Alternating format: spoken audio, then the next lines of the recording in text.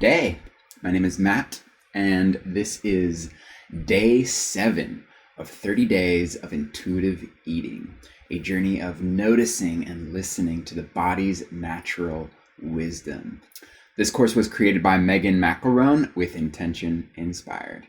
And today's intention is I am hydrating. Oh, that precious nectar. So today we are going to learn the benefits of staying hydrated and how to do it.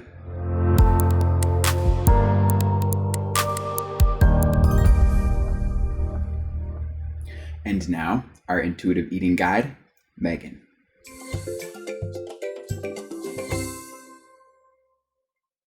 Welcome back to Intuitive Eating Encouraged. We're moving on to our next lesson, which is all about hydration. So our intention today is to learn the importance of hydration and how to keep hydrating ourselves throughout our lives. So we were just talking about eating for energy, and I had mentioned that there's other factors coming up when it comes to why you might have low or high energy throughout your day. And one of those is your water intake. Hydration is so important. Water is the main component of blood and is essential for carrying nutrients to the cells and taking away waste products. It's literally needed for every function in your entire body. Every single function, water is needed. So if your body is short on fluids, water, H2O, one of the first signs that you might feel is fatigue, followed by hunger and then thirst. Thirst might be the third sign you have, meaning that you're actually already starting to get dehydrated. And so it's really good to not wait for thirst to have water. A lot of people will say things like, you can stay hydrated if you just drink when you're thirsty. But some people don't get thirsty, right? And there's a lot of reasons for that. It could be hormones. There's so many reasons why somebody doesn't feel thirst. Or maybe you feel thirst and you don't listen to it because you don't like the taste of water, right?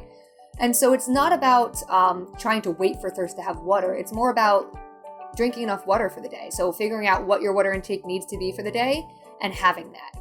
And this is the one area where I think it's most this is the only number I live by anymore, right? I used to live by the number by the scale. I used to live by calorie counting.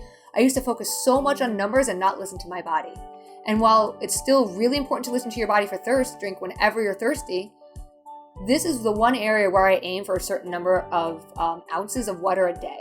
And that's because I've noticed that for myself, if I hit that number, I usually have good energy. I don't have as many sugar cravings. I'm not as hungry. I get a better night's sleep. My skin feels better. It looks better. Basically, my life, the way I function is just way better when I'm hydrated. And so for me, that looks about 64 to 72 ounces of water. And for you, that might be a little different. And we're going to talk about that today. So to maintain your energy levels throughout the day, you're looking for about 8-ounce glasses of water. You probably heard this many times. That's 64 ounces. If you do anything at all for the day, like working out, going on a hike, or anything like that, traveling, going up in a plane and coming down and gaining that altitude and everything, it can cause your body to become dehydrated more, to use up some of that water to go through the bodily functions of maintaining homeostasis as the air pressure in the cabin while you're in a plane fluctuates. It may be there to help you when you're sweating from your exercise, right? We need to replenish that. So think about that, roughly 64 ounces, it could be your goal every day. And then depending on how active you are and what you're doing that day or how thirsty you feel, you might surpass that. And so it doesn't mean you need to start drinking 64 ounces right this second. Of course not, right? You're not going to go from 0 to 100. We want to take baby steps to get there. So let's talk about what that looks like. 1, not all water is created equal. So I'm not going to go into the science of water, but it's really good to make sure that you are having clean water. So if you're drinking out of your faucet and you don't have a filtration system, maybe think about getting a filtration system instead of, having to go buy bottles of water every week. And same thing with your fridge. Even there with your fridge, if the water in your fridge, it has a filter, and if that filter gets dirty, you start to take in whatever is in that filter, right? It's going to be what you're drinking, and it can have bacteria and microbes and all these other things that you don't want in your stomach. There's tons of good bacteria for your stomach, like probiotics and all that, but there's plenty you don't want to. And so we want to make sure that your drinking water, the source of it, is clean. If you don't like the taste of water, you have lots of options. Water is not the only way to stay hydrated. So you can drink coffee, you can have tea, you could have seltzer water. Those are the 3 main areas of drinks that you would have. From there, you could have fruit. So fruit, like watermelon and very juicy fruits, have tons of water in them, along with lots of other foods. So the food you eat can also help you with hydration as well, which is nice. I wouldn't exactly count it towards your 64 ounces, but just know that it's helpful, right? And then when it comes to water itself, we can flavor it. So, we're not trying to add in tons of sugar to your water, but you can add in fruit. You could add in, like other flavors that you like. Like some people like to add in essential oils. I'm not going to sit here and tell you to drink essential oils. I don't know if that's supposed to happen or not, but people add peppermint flavors or lemon or strawberries or cucumber or ginger or mint, right, to your water. And you can flavor it and make it fun. So they make diffusers that you can get so that you can diffuse the water through fruit and stuff. So water doesn't have to be boring. It doesn't have to be bland. And if you don't like the taste of it, it can really help to flavor it.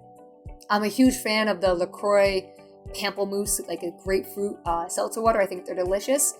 The only thing I would say is that if all you drink is seltzer water all the time, it can have some negative side effects like gas and bloating because it's so bubbly, right? So you don't want to have all of your hydration be carbonated. You definitely want to have some of it not be carbonated. So regular water, tea, or coffee.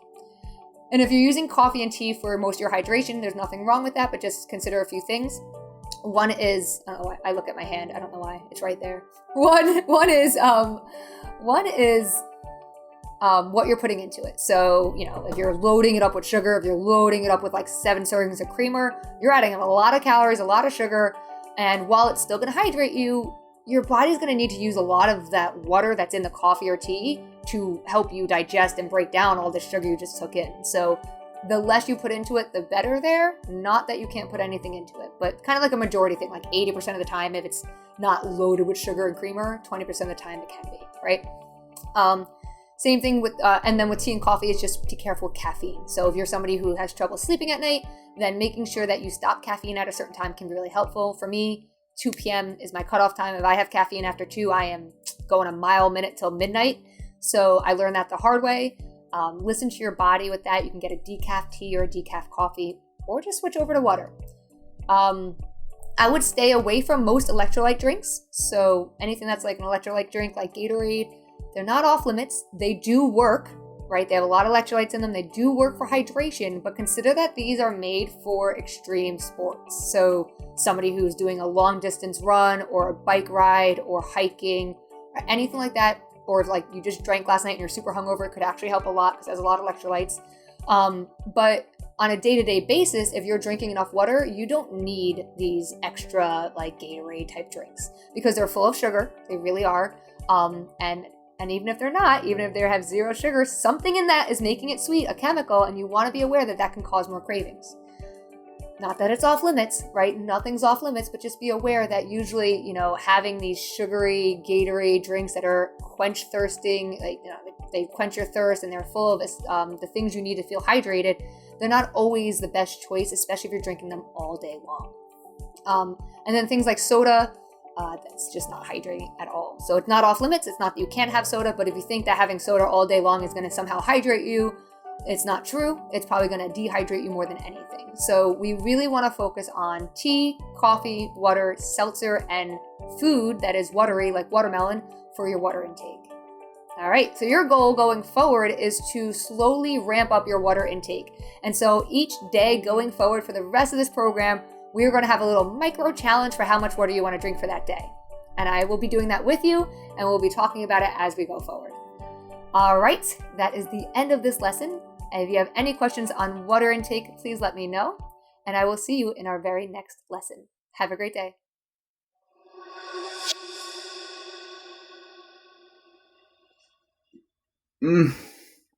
Yes, more water, more of that, especially because I just finished the toilet in the tiny.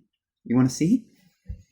If you're on the visual journey with me, if you're listening to the podcast, well, you have to use your imagination. It's this Ipe wood. It's the hardest wood in the world. It's a throne, and then the pea is separated.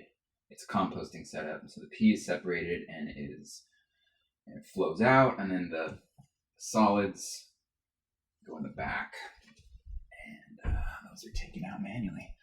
Anyway, that was random, but water. more of that. I guess that's my biggest fear. More water is like, okay, I'm gonna be going to the bathroom quite a bit, but yeah, I think just sipping on it throughout the day as opposed to like gulping it down too, for me at least, it's gonna be a good challenge. So let's dive into our healthy habit for the day, which is to drink more water. And we're going to aim for at least 20 ounces of water, which is about 3 cups. So that's, very doable. That's almost exactly how much water is in half of a standard Nalgene water bottle. So yeah, easy peasy. Moving into the wise words we have today are from Lauren Easley, who said, "If there is magic on this planet, it is contained in water."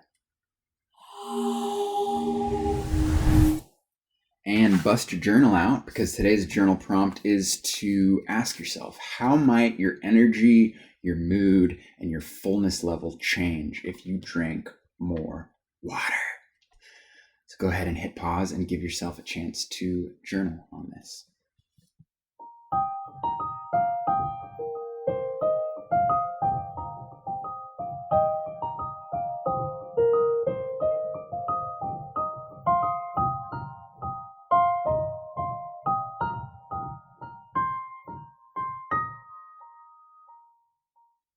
So for me, I know that if I drank more water, I would eat less food, straight up.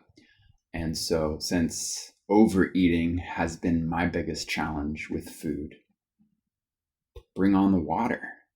I'm going to do my best to keep my water bottle close to me at all times, and also do my best to just take a couple sips of water before eating anything. I feel like that'll go a long way. And if I just continue to remind myself about that and just practice that, I feel like that will be a very healthy habit that will unwind a lot of unhealthy habits I have around food. So bring on the water. And that brings us to our challenge for today, which is to try a new recipe that has foods that you love and often crave. I saw Julia Childs make a quiche meringue, and ever since then I've been wanting to do it. And we have book club tonight. We are going through this ancestral medicine book, and book club nights are always accompanied with a lot of delicious food. So maybe I'll try a quiche meringue for tonight. Cool. All right, that wraps up today's intentional session on being hydrated. I am hydrating. Yes, I am. Thank you for taking the time to tune in and get a little more intentional with your day, with your life, by learning how to be a little more intuitive with your food and how that might ripple intuition throughout a lot of other things. I'd be very curious to know, and have been, and have so enjoyed seeing what everyone has been sharing on the platform. There's a link in the description if you want to join the community, join the journey. We're all going through this together. We have a beautiful cohort of souls who are just moving through this and being vulnerable and sharing what's on their heart as we all kind of dive into this material together. So powerful. Right on. Well, sip on, I should say. Sip on. Enjoy the day. Bye-bye.